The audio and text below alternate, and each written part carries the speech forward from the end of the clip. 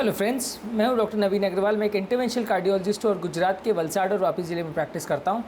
आज आपके लिए लाया हूं एक नॉन अकेडमिक प्रैक्टिकल और यूज़फुल टॉपिक। आज हम बात करेंगे स्टेंट या एंजियोप्लास्टी प्रोसीजर से रिलेटेड इंश्योरेंस के बारे में। ये कॉन्सेप्ट थोड़ा यूज़फुल है, इंटरेस्टिंग है और काफ़ी लोग हमसे पूछते हैं क्योंकि कुछ साल पहले तक इंडियन कंपनीज़ कुछ वेस्टर्न कंपनीज़ भी स्टेंट्स के साथ इंश्योरेंस देती थी, यानी अगर प्रोसीजर में कोई भी प्रॉब्लम होती है या रीस्टेनोसिस होता है स्टेंट में तो दोबारा प्रोसीजर का चार्जेस पेशेंट को पे नहीं करना पड़ता था। इसके लिए कंपनीज एक इंश्योरेंस देती थी। काफ़ी पेशेंट्स अभी भी पूछते हैं जिनको पुराना पहले कभी प्लास्टिक करवाया तब उनको पहले ही बताया गया था इंश्योरेंस के बारे में। उस कॉन्सेप्ट को भी उस इंश्योरेंस के सिस्टम को बंद हुए 5-6 साल जैसा हो गया है, लेकिन फिर भी काफ़ी लोग पूछते। तो आज उस चीज़ को हम क्लियर करेंगे कि वो एग्जैक्टली क्या इंश्योरेंस था, क्या चीज़ें वो कवर करती थी, उसके क्या प्लसेस एंड माइनसेस थे। जानना इसलिए भी ज़रूरी है क्योंकि कई पेशेंट्स पूछते हैं कि साहब स्टेंट में रीब्लॉकेज का चांस 5 to 7% है और ज़्यादातर रीब्लॉकेज जो भी आती है तो पहले 6 मंथ्स में आती है, तो अगर रीब्लॉकेज आए तो क्या करेंगे, तो फिर से खर्चा करना पड़ेगा। Obviously it's a costly procedure, तो खर्चा तो होता ही है। तो पेशेंट्स हमसे पूछते हैं कि दोबारा अगर प्रॉब्लम होती है तो कॉस्ट का कैसे मैनेजमेंट होगा, इसके लिए लोग पूछते हैं। तो आज उस चीज़ को थोड़ा सा क्लियर करेंगे कि उसमें कैसे मैनेजमेंट किया जाता है और इस तरह के पेशेंट्स में क्या चांसेस रहते हैं, क्या कॉस्ट रहते हैं, उसको डिस्कशन करेंगे। बेसिकली इंश्योरेंस इन स्टेंट या एंजियोप्लास्टी प्रोसीजर, ये आज का टॉपिक है, आज इसको डिस्कस करेंगे। आते हैं आज के टॉपिक पर। स्टेंट इंश्योरेंस क्या है और एंजियोप्लास्टी में वो क्या यूज़ होता है, पहले क्या टर्म्स कंडीशन के साथ वो दिया जाता था और अब क्यों नहीं मिलता है, उस बारे में बात करेंगे। बेसिकली एंजियोप्लास्टी एक प्रोसीजर है जिसमें हार्ट की नली में अगर कोई ब्लॉकेज हो जाए तो वो ब्लॉकेज में हम एक वायर क्रॉस करके बलून करके वहाँ एक स्प्रिंग कर देते हैं या स्टेंट कर देते हैं, जिससे कि नली में ब्लॉकेज या कचरा साइड पर हो जाता है और नली खुल जाती है। बेसिकली ये परक्यूटेनियस प्रोसीजर है, विदाउट सर्जरी इसको किया जा सकता है, लेस इन्वेजिव प्रोसीजर है। प्रोसीजर करने के 1 से 2 दिन के बाद पेशेंट को डिस्चार्ज किया जा सकता है। एंजियोप्लास्टी प्रोसीजर से रिलेटेड 2 तरह के प्रॉब्लम आते हैं, एक स्टेंट थ्रोम्बोसिस और एक स्टेंट रीस्टेनोसिस। स्टेंट थ्रोम्बोसिस यानी सडन क्लॉटिंग स्टेंट में जो अगर आती है तो पहले 2-4 दिनों के अंदर आती है। स्टेंट रीस्टेनोसिस यानी स्लो रीब्लॉकेज जो स्टेंट में आता है, जो कि स्टेंट में एक्सेसिव नली में अगर डैमेज होने की वजह से हीलिंग की प्रक्रिया हो जाए और हीलिंग की प्रक्रिया बहुत ज़्यादा प्रबल हो तो रीस्टेनोसिस आ सकता है। इसका चांस अराउंड 5 to 7% रहता है। अगर होता है तो पहले 2-4 महीने या 6 महीने के अंदर ही होता है। यूजुअली 5-10 साल के बाद कोई नया ब्लॉकेज डेवलप हो सकता है, पर वो स्टेंट रीस्टेनोसिस की कैटेगरी में नहीं आता।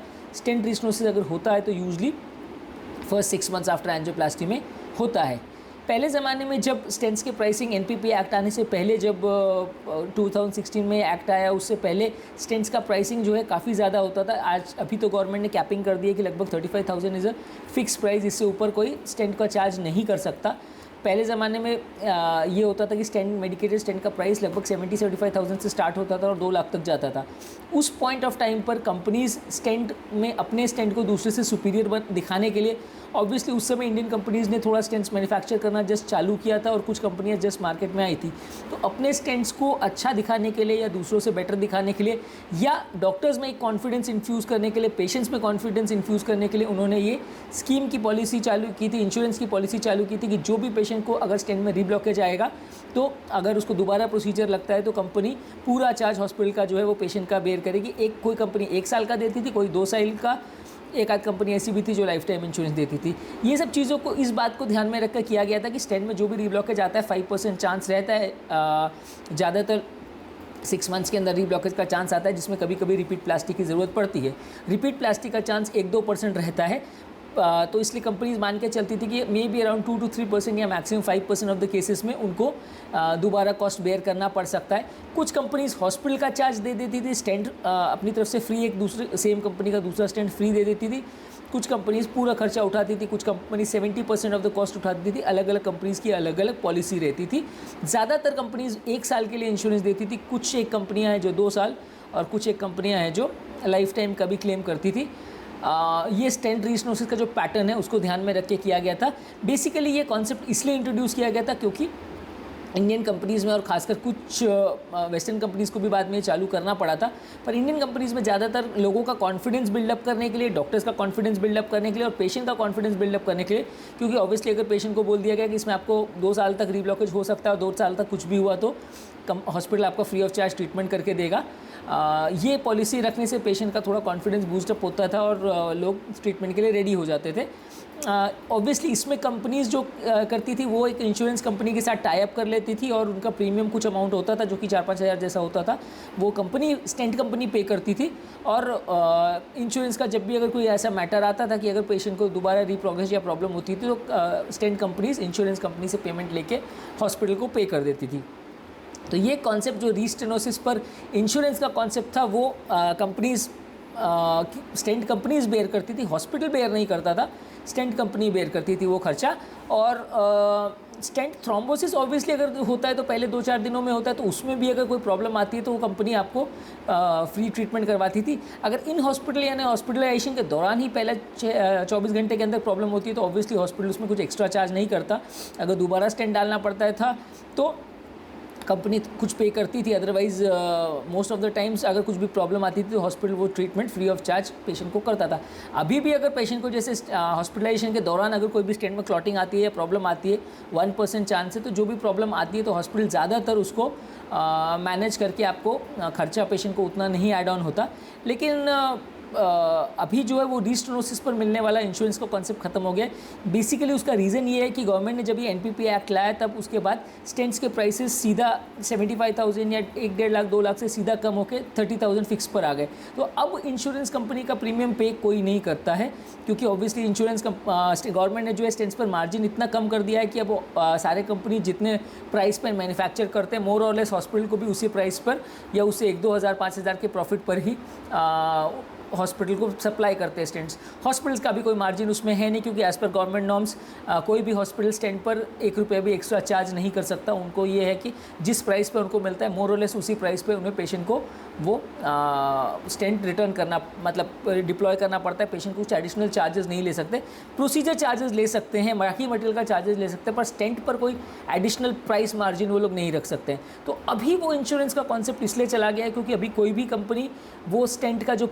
इंश्योरेंस का जो प्रीमियम है वो पे करने को रेडी नहीं है, क्योंकि ना हॉस्पिटल को कोई उसमें मार्जिन है ना कोई कंपनी को मार्जिन है, इसलिए कोई इंश्योरेंस पे नहीं करती। हाँ, अगर रीब्लॉकेज पेशेंट को होता है तो म्यूचुअल एडजस्टमेंट के बेसिस पे हॉस्पिटल वो पेशेंट को अगर रिपीट प्रोसीजर लगता है तो लो कॉस्ट बेसिस पर या कम चार्जेस करके या मटेरियल स्टेंट कभी कभी कंपनी फ्री करवा देती है, तो वैसा कुछ करके बेयर करके कम चार्जेस पर पेशेंट को ट्रीटमेंट करके देते हैं।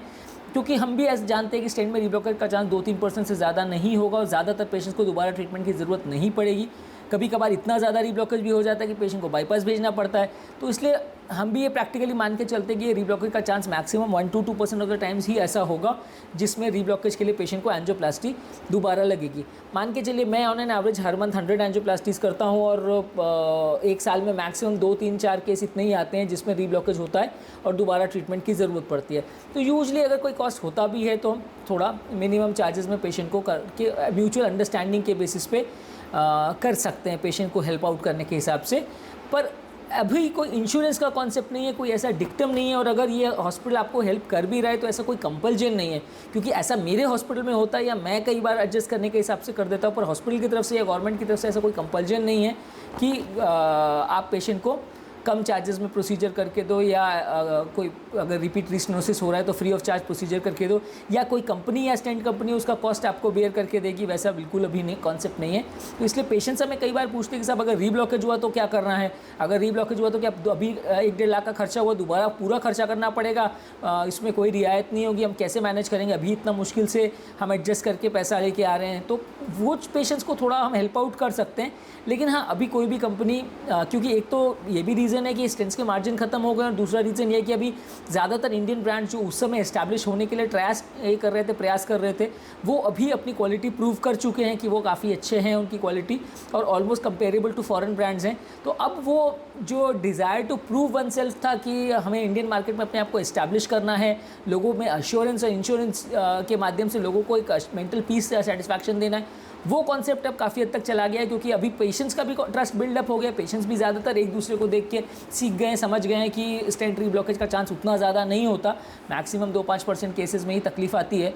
तो पेशेंट्स भी उतना वरी नहीं करते हैं और कंपनीज़ भी उतना वरी नहीं करती हैं, क्योंकि उनका ब्रांड वैल्यू एस्टैब्लिश हो चुका है। तो इसीलिए अभी वो इंश्योरेंस का कॉन्सेप्ट इसलिए ख़त्म हो गया है क्योंकि एक तो कंपनी के पास मार्जिन नहीं है वो इंश्योरेंस कंपनी को पे करने के लिए, और सेकेंडली कंपनीज़ की ब्रांड वैल्यू ऑलरेडी एस्टैब्लिश हो चुकी है। तो अभी वो पेशेंट को के माइंड में एक अश्योरेंस देने के लिए जो इंश्योरेंस का कॉन्सेप्ट था या वारंटी का कॉन्सेप्ट था वो अब उतना ज़्यादा वो नहीं है। कंपनीज़ अभी जो है अगर कोई भी प्रॉब्लम या रीब्लॉकेज होती है तो पेशेंट को ही कॉस्ट बेयर करना पड़ता है उसका।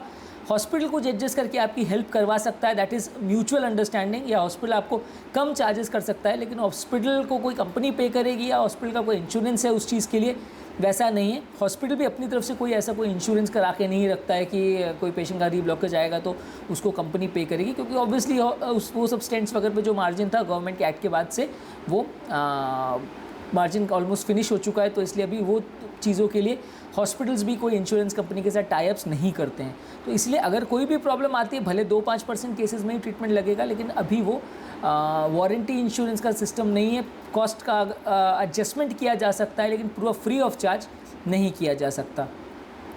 इंश्योरेंस पॉलिसी जो पहले चलती थी उसका एडवांटेज ये था कि पेशेंट्स को एक थोड़ा सा ये होता था कि भाई हमने कोई भी ट्रीटमेंट अगर कराया तो अगर कुछ भी प्रॉब्लम होगी तो हॉस्पिटल हमारी हेल्प कर देगा या कंपनीज हेल्प कर देगी, तो एक अश्योरेंस होता था। जैसे हम कोई भी टीवी फ्रिज कुछ भी खरीदते हैं तो एक वारंटी के हिसाब से हमें थोड़ा सा वो हो जाता है कि हाँ साल 2 साल कोई दिक्कत नहीं आएगी, कुछ भी होगा तो एटलीस्ट खर्चा नहीं होगा, वो एक एडवांटेज था उसका। लेकिन अब वो चीज़ उतना चला गया है और अभी फ़िलहाल, लेकिन आप ये बस मान के चलिए कि प्रॉब्लम्स होने का चांस काफ़ी कम है। बहुत ख़राब किस्मत हो तो ही ऐसा प्रॉब्लम्स आती है।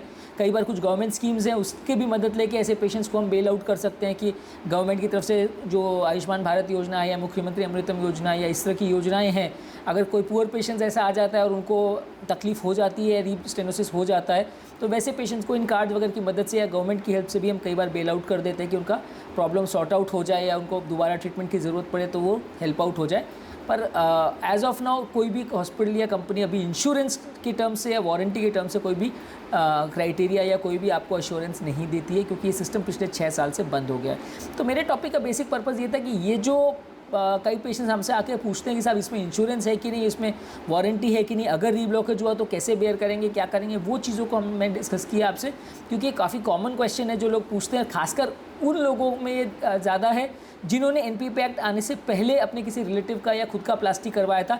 उस समय इसकी बात बहुत ज़्यादा होती थी और हर कंपनी और हर पेशेंट को सामने से ही बोला जाता था कि आपको स्टेंट का इंश्योरेंस है, इसमें कोई भी तकलीफ आएगी 1 साल 2 साल तक तो हॉस्पिटल उसका कॉस्ट बेयर करेगा या आपको फ्री ऑफ चार्ज ट्रीटमेंट किया जाएगा, कंपनी आपको फ्री ट्रीटमेंट देगी। वो भी इंश्योरेंस पहले सामने से उनको ऑफर किया जाता था।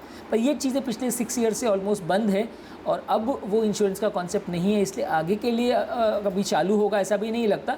तो इसलिए लोगों को ये चीज़ समझने की ज़रूरत है कि अभी चांस बहुत कम है, लेकिन हाँ अगर कुछ प्रॉब्लम होती है तो उसकी ज़िम्मेदारी पेशेंट पर है। अभी डॉक्टर या हॉस्पिटल की उसकी पर जिम्मेदारी नहीं है। आपको हेल्प आउट किया जा सकता है, लेकिन आपको फ्री ऑफ चार्ज ट्रीटमेंट करके देने की हॉस्पिटल की कोई बाध्यता अभी नहीं है। मेरे टॉपिक का या मेरे चैनल का बेसिक पर्पज़ ये है कि हम हार्ट और हेल्थ से रिलेटेड साइंटिफिकली करेक्ट इन्फॉर्मेशन आपके लिए लाते हैं, ताकि इस तरह के कंटेंट के लिए आपको जगह जगह भटकना नहीं पड़े, आपको डॉक्टर्स और फ्रेंड्स पर गूगल पर डिपेंडेंट ना होना पड़े। डॉक्टर्स कई बार टाइम कंस्ट्रेंट की वजह से सारी चीज़ें नहीं बता पाते और फ्रेंड्स और रिलेटिव से मिली हुई इन्फॉर्मेशन कई बार आधी से आधी गलत होती है, जिसको फॉलो करने से फ़ायदा होने के बदले कई बार पेशेंट को नुकसान हो जाता है। हम चाहते हैं कि इसका तरह का कंटेंट आपके लिए इजीली एक्सेसिबल हो, ताकि आपको जगह जगह भटकना नहीं पड़े, लोगों से पूछना नहीं पड़े और आपके पेशेंट को आप बेटर मैनेज कर सके, बेटर उनका ध्यान रख सके। यदि आपको हमारे चैनल का कॉन्सेप्ट अच्छा लगता है तो वीडियोस को लाइक कीजिए, चैनल को सब्सक्राइब कीजिए। यदि आपको लगता है कि कुछ टॉपिक्स को हमें फ्यूचर में कवर करना चाहिए तो नीचे डिस्क्रिप्शन बॉक्स में उनके बारे में बताइए, ताकि फ्यूचर में हम टॉपिक्स को कवर कर सकें। यदि आपको ऐसा लगता है कि कोई कमेंट या क्वेरीज़ आपके हैं दिमाग में जो हमने आंसर नहीं किए इस टॉपिक से रिलेटेड, तो भी नीचे डिस्क्रिप्शन बॉक्स में उनके बारे में बताइए। हम मैक्सिमम पॉसिबल क्वेरीज़ को सॉर्ट आउट करने का कोशिश करेंगे। अभी हमने कोई ऑनलाइन कंसल्टेशंस अभी चालू नहीं किए, मे बी इन फ्यूचर अगर हम प्लान करते हैं तो वैसा चालू कर सकते हैं, या ऑनलाइन काफ़ी लोगों के रिक्वेस्ट आ रहे हैं, तो अगर वैसा कुछ प्लान करते हैं या गूगल लाइव प्लान करते हैं तो will inform you. So this doctor Naveen Agarwal. मैं आपका तहे दिल से शुक्रिया अदा करता हूँ कि आपने मेरे कंटेंट को या टॉपिक को पूरा देखा और होपफुली आपको इससे रिलेटेड कुछ इन्फॉर्मेशन मिली होगी। ये टॉपिक एकेडमिक तो बिल्कुल नहीं था, लेकिन एक प्रैक्टिकल इशू था जिसके बारे में काफ़ी लोग जानना समझना चाहते हैं और ऑब्वियसली हर पेशेंट वही चीज़ पूछता है तो समझाना बार बार मुश्किल पड़ता है। तो इसलिए ये टॉपिक मैंने बना के रिकॉर्ड कर दिया ताकि आपको इस बारे में और उसका क्या प्रोज एंड कॉन्स है, क्यों ऐसा था और क्यों अब ऐसा हो रहा है, उसके बारे में थोड़ी अवेयरनेस डेवलप हो जाए। जो लोग मेरे चैनल पर नए हैं उनसे रिक्वेस्ट करूँगा कि चैनल को सब्सक्राइब करें, इससे हमें मोटिवेशन और इंस्पिरेशन मिलता है ताकि हम इस तरह का अच्छा कंटेंट आपके लिए रेगुलर बेसिस पे लाते रहें। Thank you.